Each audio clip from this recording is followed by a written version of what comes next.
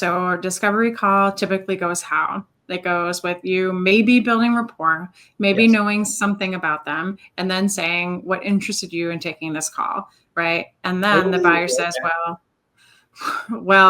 here's what we're looking to do, XYZ. And the person says, we can help you with that. And then they talk about themselves for 28 minutes. Buyers first to me is when, have you done your homework to show up prepared for the call? Do you know the name of the company? Can you pronounce it correctly? Do you know this person? Do you know the other roles that are coming on? Do you know where they worked before? Do you know where they live? The worst things I think we can do is show up and say, where are you based? How long have you been at? Pronounce the name of the company incorrectly, right? And then to even find that there's all these things, connection points that you missed, and then to say what interested you in taking this call today. And people might hear that and say, like, what's wrong with that? That sounds so open-ended, it's great, etc. But what you get is when you ask a super specific question, right, you're getting a super specific answer.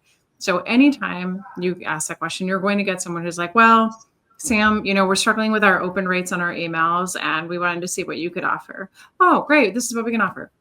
Instead, what we really want to think about is how do we build that rapport? How do we show up with a point of view? And how do we say, like, listen, there's a ton of things we can tell you about, how we can help you do 1, 2, and 3 headlines of what we do.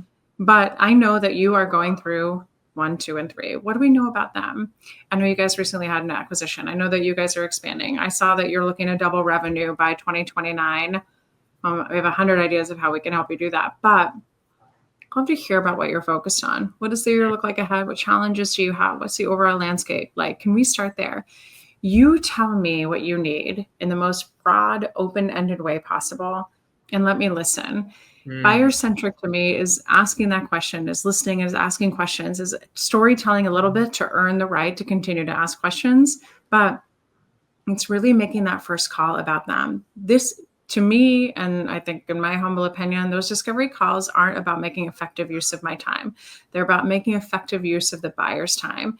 But if I do that, I'm actually selfishly helping myself, and I'm probably helping myself sell even more because I'm learning about them. I want to give you the converse, right? The parallel to that. You go on a first date. Chris, thanks for going to drinks with me. What are you looking for in a new, girlfriend?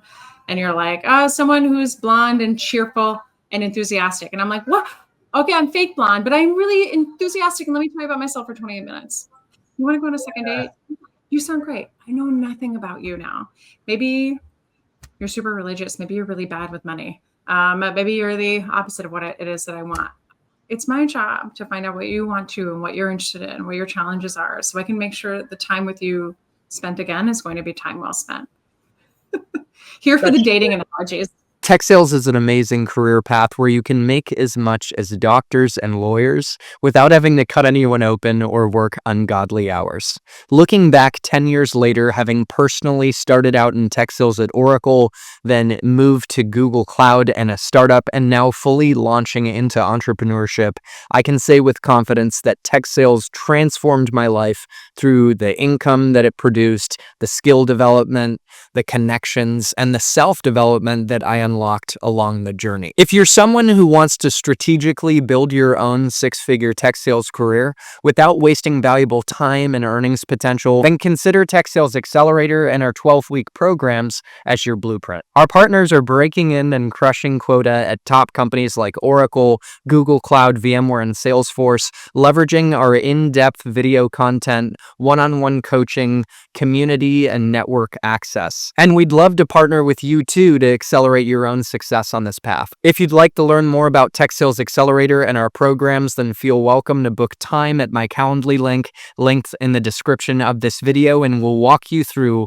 all the details. Or just download my free cold calling system that's going to help you crush the phones quickly, also linked in the description of this video. All right, let's get back to the episode. What is your goal coming away from the first discovery call? To me, the success of the call, right, is whether or not they say it was a good use of time. Yes. But the use of time is because I took the time to get to know all of their challenges inside and out. The thing too is if I can ask some questions, actively listen, story tell, share ideas of how we can actually help them, all they're going to do is say, like, I trust you and I'm going to put you in front of my broader team. I think that's a challenge we hear a lot. How do I multi-thread? How do I get around the gatekeeper? What do? I keep meeting with the same single person. Why? Either you've misqualified the opportunity and the person, and they're not actually who you should be talking to. We all met some gatekeepers who were like that, who were like, I'm the ultimate authority. And you're like, okay, sure. But there's other people that are the ultimate authority, or that want to introduce you to their broader team, but they don't trust you yet. And you haven't proven enough value yet to get them to do that. So I think this is the key, right?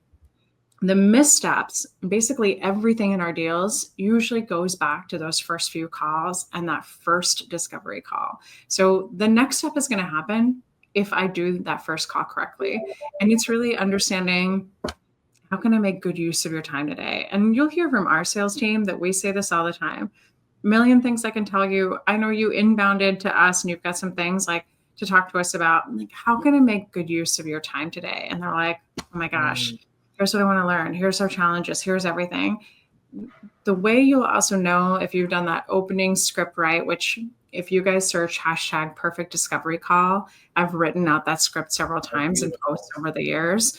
But if you can nail that script, you'll know you've done it right, because here's what's going to happen. The buyer is going to say, yeah, so, and then they're going to talk for 2 or 3 or 9 minutes. And the beautiful part is they're going to apologize at the end. I'm sorry, I talked so much, because you got them to open up in a way, right, that let them stream of consciousness out.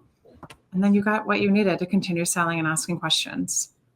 And you brought us back to dating, because my best dates are when the girl says, man, I'm sorry, I'm talking too much. Tell me about you. Okay. So, man, here we are. But hey, so here we are.